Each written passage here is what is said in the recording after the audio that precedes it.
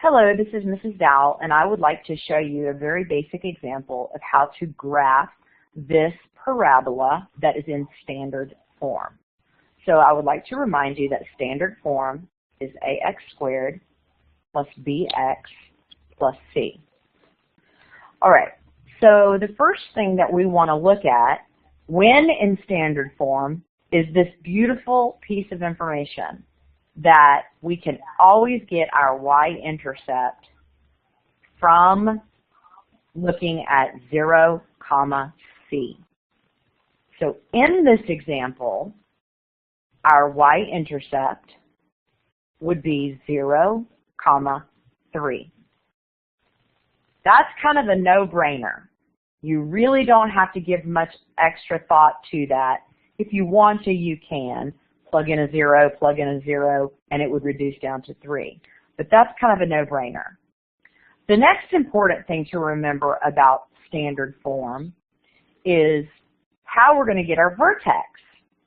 Because our vertex is not easily recognizable when it's in standard form, but it is when it's in vertex form. When it's in vertex form, and if you will recall, vertex form is this. When it's in vertex form, we can see, oh, the vertex is h, k.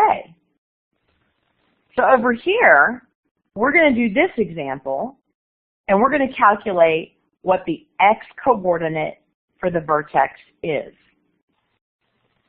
So my assistant is helping me out, and she is plugging in the value of b, which is -4, and the value of a, which is 2. And so that simplifies to 1. Now that's really nice. That is the x-coordinate of our vertex. Incidentally, you may not really care, but that would be your h value. And incidentally, you may not really care, but this a value is exactly the same as this a value down here. So there are some similarities between standard form and HK form. Now the question is how do we find the y-coordinate of our vertex? We've got the x-coordinate, and this also represents our axis of symmetry. Now we need to find the y-coordinate. So I'm going to ask my assistant to draw a vertical line at x equals 1, so that way we can get an idea of where the axis of symmetry is. Basically, everything on the left is going to be copied on the right. So we automatically know that there is another point because we graphed the y-intercept at 0, 3. And so now we know that there is another point located at 2, 3. The question is what is the y-coordinate of the vertex? We have to plug it in. And then I'm going to rely upon my assistant to calculate the y-coordinate for me.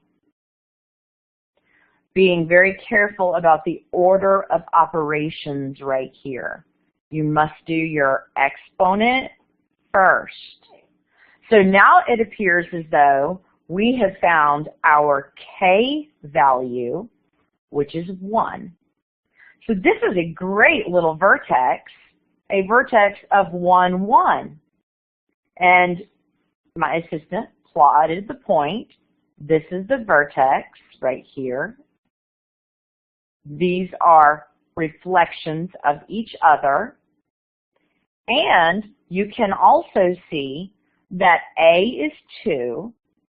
So it confirms what we know, that if you go to the right 1 from the vertex and go up 2, that would be your first rate of change. So to graph this, I'm going to let my assistant graph this.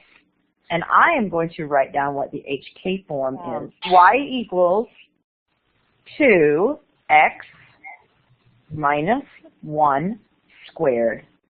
plus 1. Parabolas are U-shaped. They are not V-shaped. It would be easy to find some additional points if we wanted to. For example, I might suggest plugging in x equals 3, making an x and y chart, and plugging in some additional points into my original equation. Because we only have 3 points, and it is nice to have a few more than 3, but it's not necessary because everything that's important happens right around the vertex. 3, you could plug in 3 and 4 into your equation to get additional y values, and that would give you a better idea of what the graph looks like. So that's how you graph a simple basic parabola that is in standard form.